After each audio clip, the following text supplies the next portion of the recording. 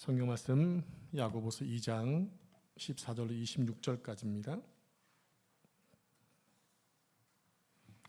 야고보서 2장 14절로 26절까지 말씀을 한 절씩 교독하겠습니다.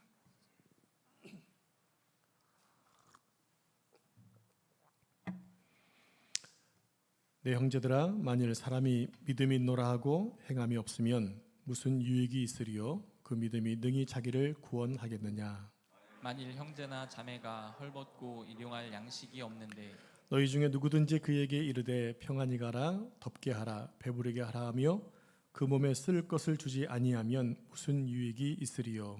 이와 같이 행함이 없는 믿음은 그 자체가 죽은 것이라. 어떤 사람은 말하기를 너는 믿음이 있고 나는 행함이 있으니 행함이 없는 내 믿음을 내게 보이라. 나는 행함으로 내 믿음을 내게 보이리라 하리라. 내가 하나님은 한 분이신 줄을 믿느냐? 잘하는도다. 귀신들도 믿고 떠드니라. 아, 허탄한 사람아, 행함이 없는 믿음이 헛것인 줄을 알고자 하느냐? 우리 조상 아브라함이 그 아들 이삭을 제단에 바칠 때에 행함으로 의롭다 하심을 받은 것이 아니냐? 내가 보거니와 믿음이 그의 행함과 함께 일하고 행함으로 믿음이 온전하게 되었느니라. 이에 성경에 이른 바 아브라함이 하나님을 믿으니 이것을 의로 여기셨다는 말씀이 이루어졌고 그는 하나님의 벗이라 칭함을 받았나니. 이로 보건대 사람이 행함으로 의롭다 하심을 받고 믿음으로만은 아니니라. 또 이와 같이 기생 라합이 사자들을 접대하여 다른 길로 나가게 할 때에 행함으로 의롭다 하심을 받은 것이 아니냐? 같이 읽겠습니다. 영혼 없는 몸이 죽은 것 같이 행함이 없는 믿음은 죽은 것이니라. 아멘. 이 말씀은 살아계신 하나님의 말씀입니다. 아멘. 우리 옆에 앉으신 분과 인사할까요? 당신은 존귀한 하나님의 자녀이십니다. 네, 오늘은 야고보서 강의 8번째 시간으로 믿음과 행함의 관계라는 제목으로 말씀을 선포하겠습니다. 저는 운전면허를 그렇게 빨리 따지 않았습니다. 빨리 따지 못했습니다. 면허를 늦게 취득한 이유는 저희 어머니께서 아들이 운전하는 것이 위험하니까 면허 따는 것을 최대한 늦췄습니다. 아들이 위험에 빠질까 봐 염려하신 걱정이죠. 근데 그 걱정이 저희 앞길을 막을 뻔했습니다. 왜냐하면 전임 전도사가 되려면 기본적으로 운전 1전 보통이 필요하거든요. 그것을 알고서야 부랴부랴 운전을 따다 보니까 어려움이 좀 있었던 것 같습니다. 여러분 운전면허증 다 갖고 계시죠? 혹시 장롱면허는 아니신가요? 혹시 여러분 가운데 면허증만 있고 운전을 안 하시는 분, 못 하시는 분이 간혹 계실 수 있습니다. 운전면허증을 받고 난 다음에 잘 모셔두는 거죠. 어디다가 장롱 속에, 일명 장롱면허이죠. 운전을 한 번도 안 해도 10년이 지나면 2종 보통에서 1종으로 올려주는 그런 제도도 있습니다. 근데 정작 1종으로 면허가 올라가도 운전을 안 하면 필요가 없다는 것입니다. 자, 이와 마찬가지로 야고보는 오늘 말씀을 통해서 우리가 믿음을 선물로 받았으면 그 믿음이 실제적인 행위로 나타나야 한다고 강조하고 있다는 겁니다. 그렇다면 여러분, 우리의 믿음을 어떻게 보일 수 있을까요? 믿음은 추상명사이잖아요. 믿음은 그냥 보여지는 게 아니에요. 믿음 어떤가요? 믿음 시계? 시계 보여주면 돼요. 근데 믿음을 어떻게 보여주느냐? 이게 문제인 거죠.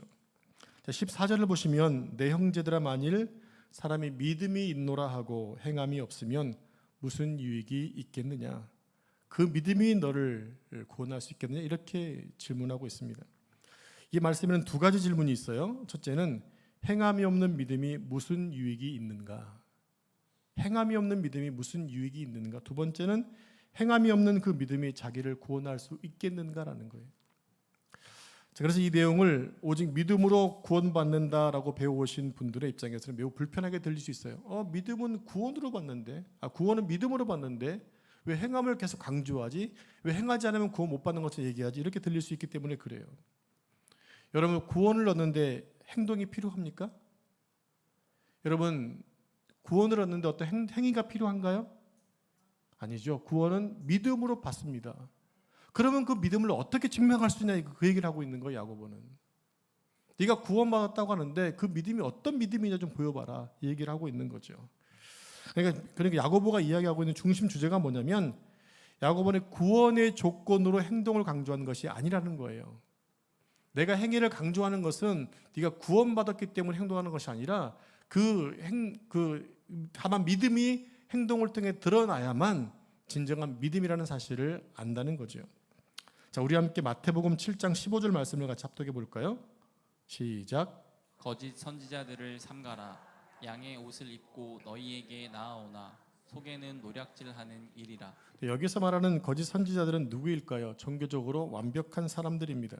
그들은 성경을 달달달 외웠고요. 또 잘 가르쳤고 종교적인 규칙도 잘 지켰던 사람들입니다. 율법에 능통했던 사람들이에요. 그런데 뭐가 문제라는 얘기입니까? 16절 말씀을 합독할까요? 시작. 그들의 열매로 그들을 알지니 가시나무에서 포도를 또는 엉겅퀴에서 무화과를 따겠느냐. 네, 그들의 열매로 뭘 안다고 얘기했습니까? 뭘 안다고요? 그들이 거짓 선지자임을 안다라는 거예요. 그 열매를 통해서. 무엇입니까? 그래서 강조하고 있는 초점이 뭐냐면 열매입니까? 아니면 그들입니까? 바로 열매가 아니라 그들이에요. 성경에 강조하고 싶은 것이 뭐냐면 열매가 있느냐 없느냐의 문제가 아니라 그들이 누구인지 뭘 통해 안다? 열매를 통해 안다라는 거예요. 그러면서 아주 쉬운 예를 들고 있습니다. 마태복음 7장 17절 18절 말씀을 한 절씩 교독합니다. 이와 같이 좋은 나무마다 아름다운 열매를 맺고 못된 나무가 나쁜 열매를 맺나니. 좋은 나무가 나쁜 열매를 맺을 수 없고 못된 나무가 아름다운 열매를 맺을 수 없느니라. 자, 이 말씀은 이런 얘기입니다. 가시나무에서 포도가 열릴 수 없다. 엉겅퀴에서 무화과를 딸 수가 없다. 그렇듯이 신앙생활을 수십 년 해도 삶의 변화와 열매가 나타나지 않는다면 그 믿음을 의심해 봐야 한다는 얘기입니다.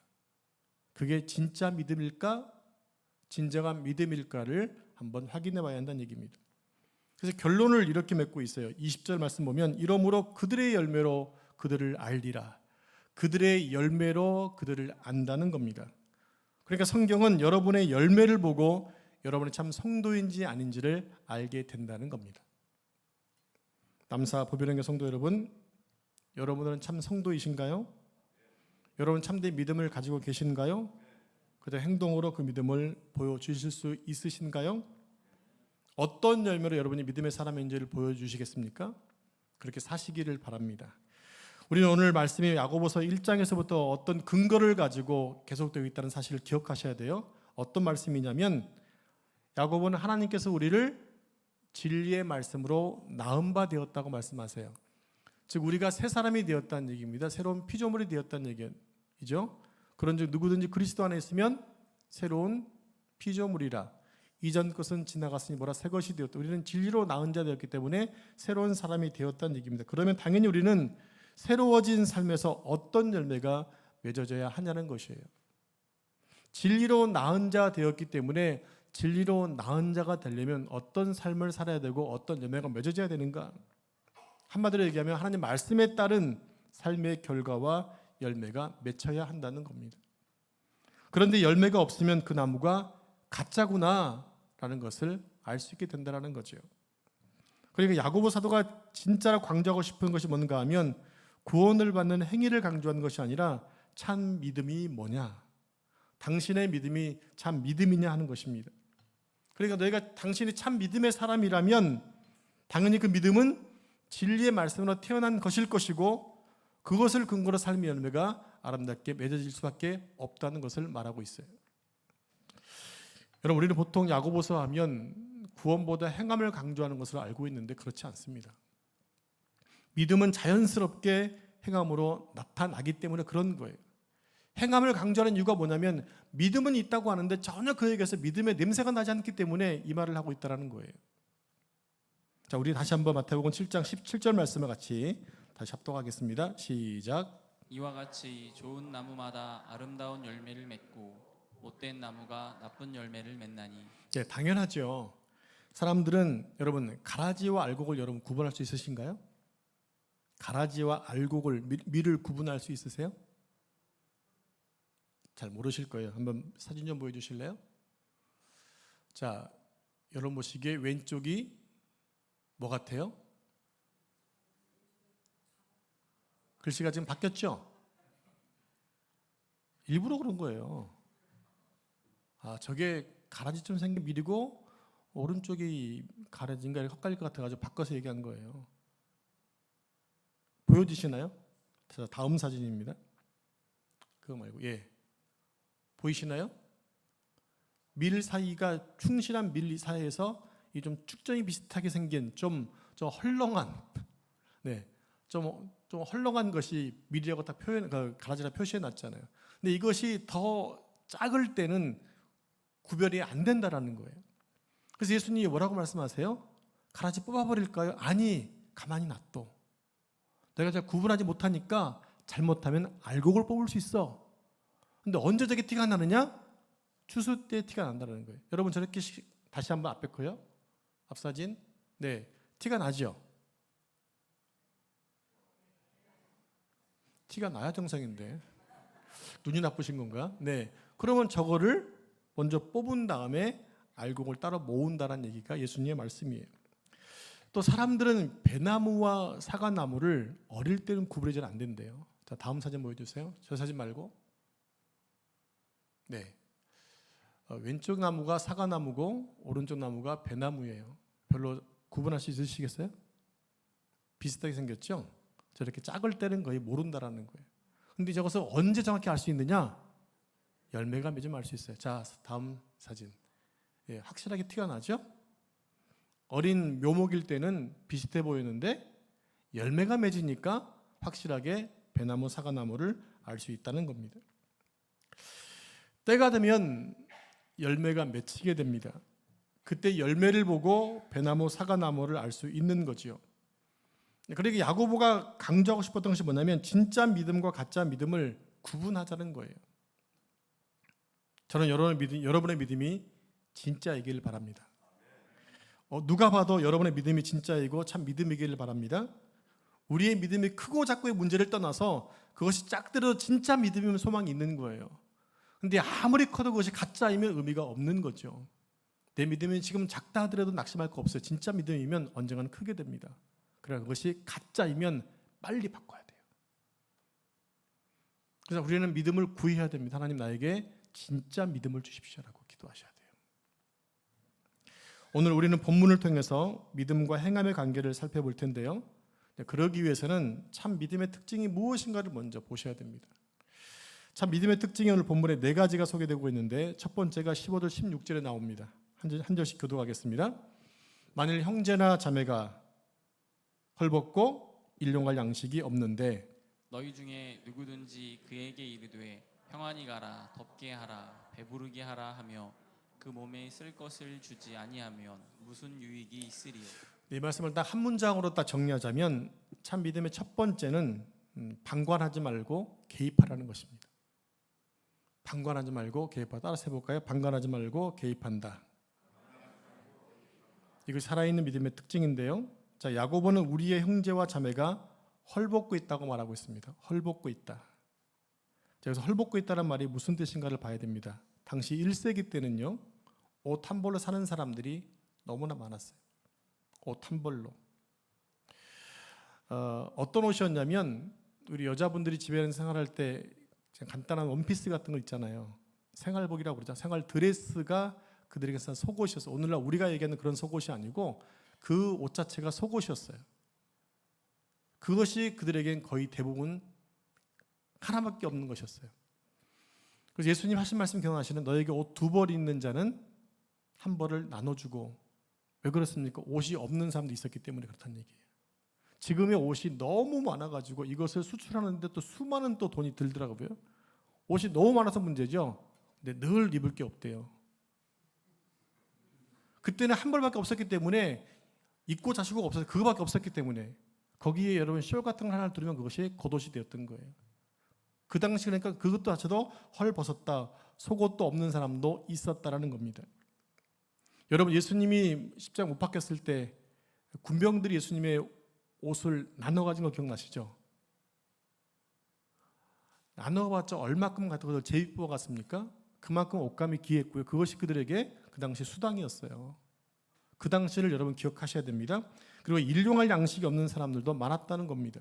여기서 일용할 양식이란 이 히브리 사람들의 개념에서 볼 때 일용할 양식은 오늘의 양식이라는 말도 되지만 미래의 양식도 됩니다.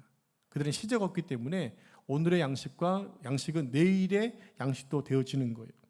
근데 오늘의 양식이 없다는 얘기 뭡니까? 오늘뿐만 아니라 내일 것도 먹을 게 없다라는 얘기예요. 그러니까 뭡니까? 그들은 계속해서 굶고 있다는 얘기예요. 예수님의 주기도문의 핵심이 뭡니까? 일용할 양식을 주옵시고 기도하라고 했던 거예요.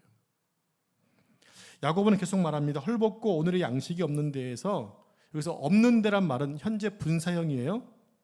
현재 분사라는 게 뭐냐면 이 상태가 계속된다는 얘기입니다. 계속된다. 어떤 상태? 헐벗고 배고픈 것이 내일이면 끝나겠지가 아니라 내일도 여전히 헐벗고 일용할 양식이 없을 거야, 이 얘기를 하고 있는 거예요. 즉 뭡니까? 소망이 없다는 얘기예요. 그 상태에 지금 성도들이 있다는 얘기입니다. 그런데 16절에서 너희 중에 누구든지 그에게 이르되, 너희든지 여러분도 포함될 수 있다고 생각하시면 됩니다. 너희 중에 누구든지 그에게 이르되 평안히 가라, 덥게 하라, 배부르게 하라 하며 그 몸에 쓸 것을 주지 아니하며 무슨 유익이 있겠느냐라고 말하고 있어요. 자, 이 표현 자체도 2000년으로 거슬러 올라가서 그 시대에 어떻게 쓰였는가에 대한 이해를 가져야 정확히 해석할 수 있습니다.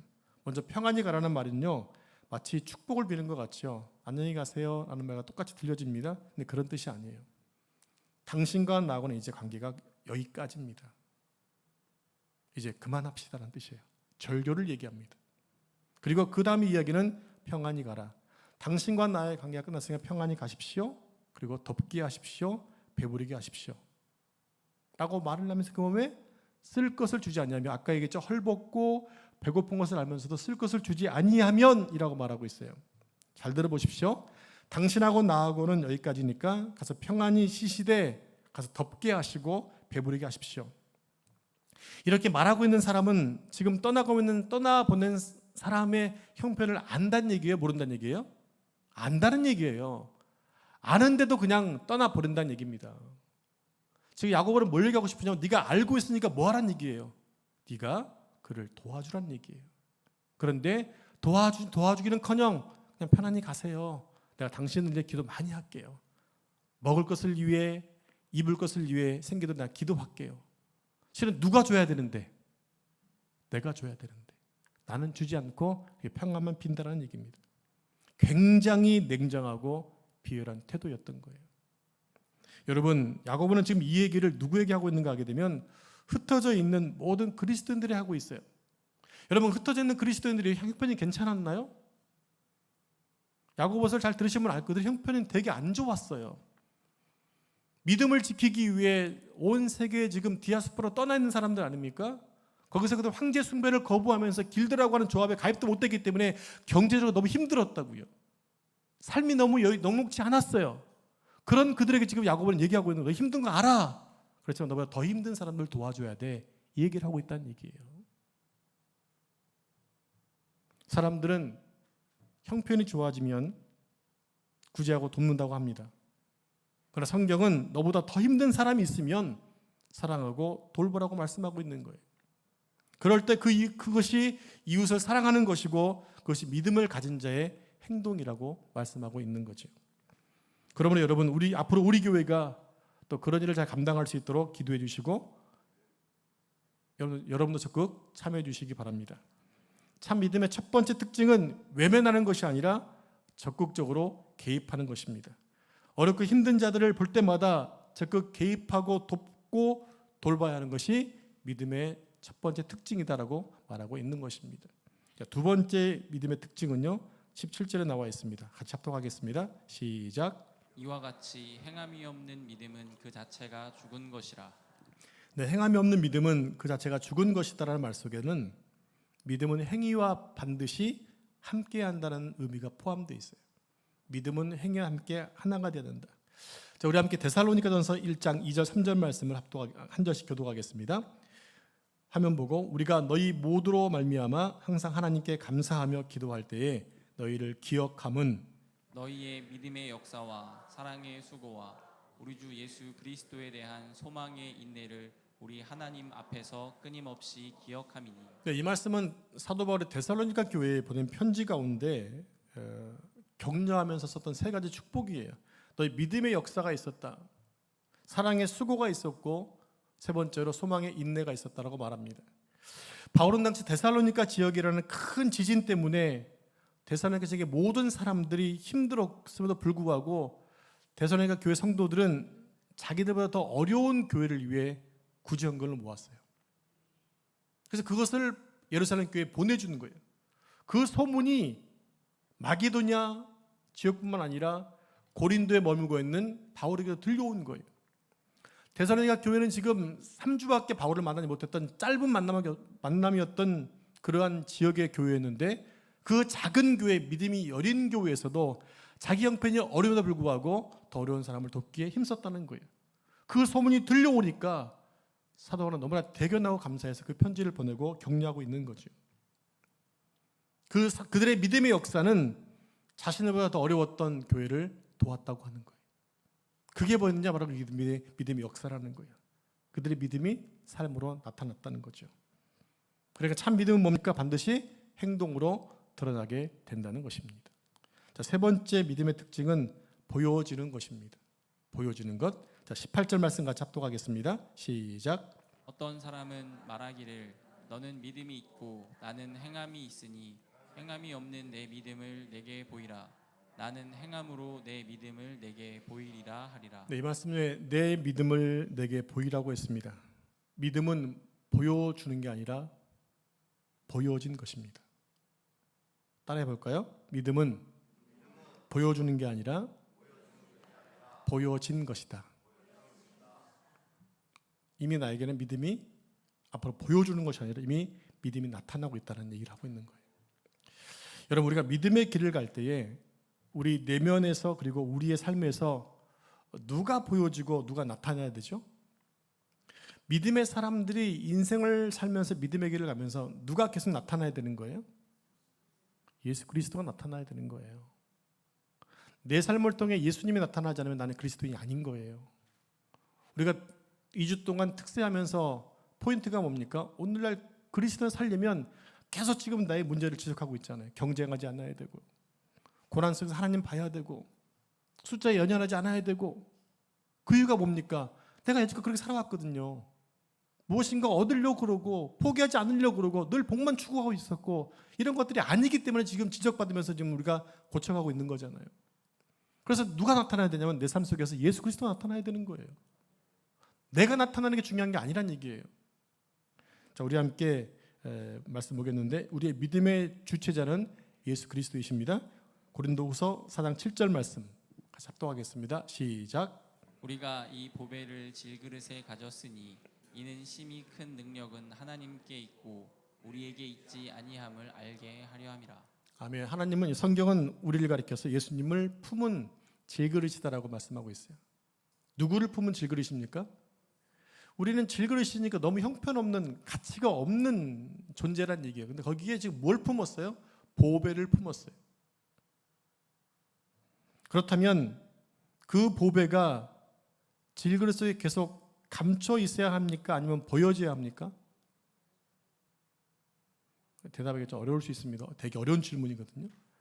내 속에 지금 보배가 담겨져 있으면 보배가 계속 감춰져 있어야 돼요? 드러나야 돼요? 드러나야 되는 거죠. 즉 보여져야 하는 거예요. 그럼 그 보배가 보여지고 드러나려면 어떤 조건이 선행돼야 되냐면요, 질그릇이 은으로 바뀌고 또 조금 지나서 금으로 바뀌고 또 조금 지나서 다이아 바뀐 그릇으로 바뀌는 것이 중요한 게 아니라는 얘기예요. 우리는 그냥 아무리 노력해도 은그릇이 될 수 없는 존재예요. 아무리 성숙됐다 했다 해도 우리는 그냥 질그릇 자체예요. 중요한 게 뭐냐면 인생을 살면서 언제 깨들지 모르는 하찮은 질그릇이지만 우리가 거듭나고 믿음이 일치월장하고 또 세상을 이기는 믿음이 된다 하더라도 질그릇이 금그릇 되지 않아요. 다만 내 그릇이 깨져갈 때마다 누가 드러나느냐? 보배가 드러난다는 거예요. 우리는 지금 그런 삶을 추구하고 살아야 한다는 얘기예요. 근데 우리는 안 그래요. 내가 질그릇이 변해서 은그릇 되려고 하고 금그릇 되려고 그래요. 나만 치장하려고 그래요. 믿음의 주체가 바뀐 거죠. 믿음의 주체는 예수 그리스도예요. 내 안에 담긴 내 질그릇이 중요한 것이 아니라 내 담긴 보배가 중요하다는 얘기예요. 우리가 질그릇 안에 보배를 담은 인생이라면 살면서 질그릇이 계속해서 잘게 부셔져야 돼요. 그럴 때 점점 누가 나타납니까? 보배가 나타나는 거예요. 질그릇 속에 담겨진 보배이신 예수님이 보여지는 거예요. 그러니까 우리가 질그릇 안에 보배를 담은 인생이니까 그 보배가 나의 평생을 통해 보여져야 되는데 거기는 조건이 딱 하나 있네요. 질그릇이 계속 깨지고 부서져 나가면 보배가 서서히 드러나게 됩니다. 근데 우리는 착각하고 있죠.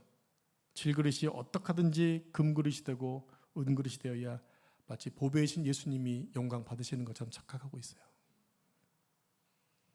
내가 잘되고 성공하면 예수님이 드러나고 영광 받으실 것이라고 속고 속이고 있는 거예요. 근데 성경에서는 일괄적으로 얘기하는 게 뭡니까? 믿음의 주체자는 예수 그리스도이시고 우리 안에 예수님을 모시고 사는 삶이 복된 삶이다 말씀하고 있는 거예요. 그 질그릇, 하찮은 질그릇이지만 보배를 담고 있기 때문에 질그릇이 귀하게 한 켠에 모셔져 있는 거예요. 질그릇이 귀에서 귀하게 보존되는 것이 아니라 그 안에 있는 보배가 다치지 않기 위해서 질그릇을 보관하고 있는 거라고요. 여러분 착각해서는 안 되는 거예요. 우리가 아무리 빛나고 아무리 아름다워도 질그릇이 금그릇 되지 않습니다. 그래서 비록 우리가 하찮은 질그릇이지만 우리 안에 보배를 담은 자 되었기 때문에 그 보배 때문에 의미 있는 인생이 되었다고 하는 겁니다. 사랑하는 성도 여러분, 여러분의 믿음의 길을 가면서 점점 잘 깨어지시기 바랍니다. 그 질그릇이 잘 깨지려면 나마다 자신을 부인하고 십자가를 지는 것밖에 없어요. 그래야 내가 깨지고 대신 예수 그리스도가 나타나게 되는 것입니다. 자, 마지막으로 참 믿음의 특징은 바르게 아는 것입니다. 참 지식을 갖는 거예요.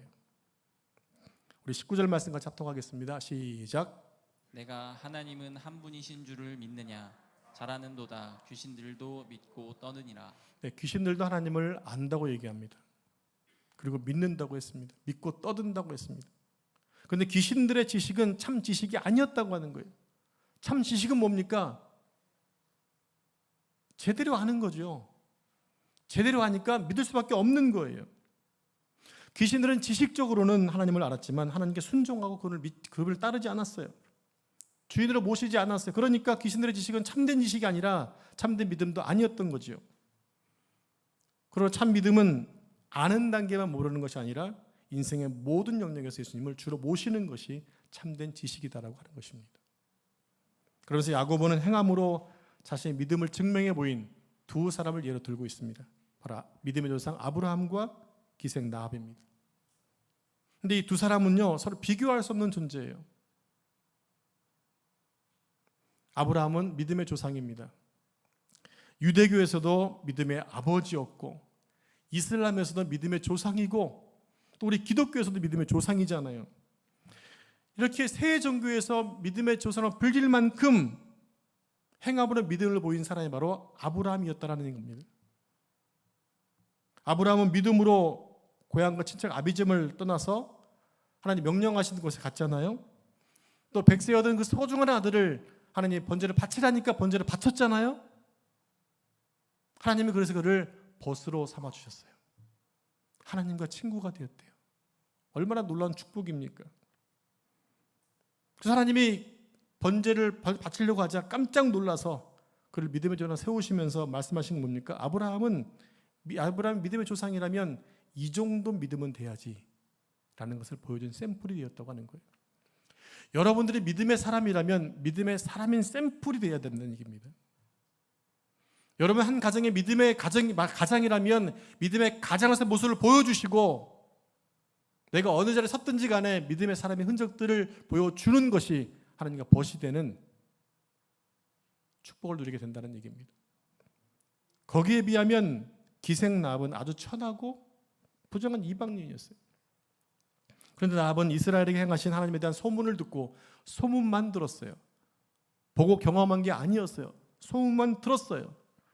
근데 그는 그것을 기반으로 해서 생명 걸고 두 정탐꾼을 도와준 것, 살려준 것으로 인해 여러 성이 다 멸망할 때 그 가족들은 다 살아나잖아요. 그것뿐만이 아니에요. 예수님의 족보에 오르는 축복도 누리게 돼요. 여러분, 이 두 사람에게는 믿음에 대한 공통점이 있었습니다. 뭡니까? 믿음을 행동으로 보여준 거예요. 여러분도 오늘 설교 이후에 여러분의 믿음을 행동으로 보일 수 있는 삶으로 나아가기를 축복합니다. 이제 결론으로 들어가 보겠습니다. 2장 24절 말씀 시작. 이로보건대 사람이 행함으로 의롭다 하심을 받고 믿음으로만은 아니니라. 이 말씀을 잘못 읽으면 마치 행위로 구원받는 식으로 이해될 수 있습니다. 그러니까 바울이 얘기했던 오직 믿음으로 구원받는다는 말에 배치될 수 있는 것처럼 보여지지만 그렇지 않아요. 결론은 믿음으로 구원받는 게 맞지만 그 구원받은 증거를 행동으로 좀 보여달라는 거예요. 여러분 구원받으셨나요? 다시 한번 여러분 구원받으셨나요?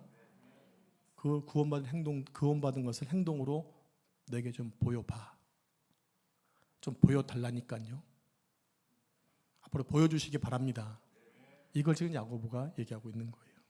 이제 말씀을 정리하겠습니다. 사랑하는 성도 여러분, 야고보는 행함 없는 믿음은 곧 죽은 믿음이다 말합니다.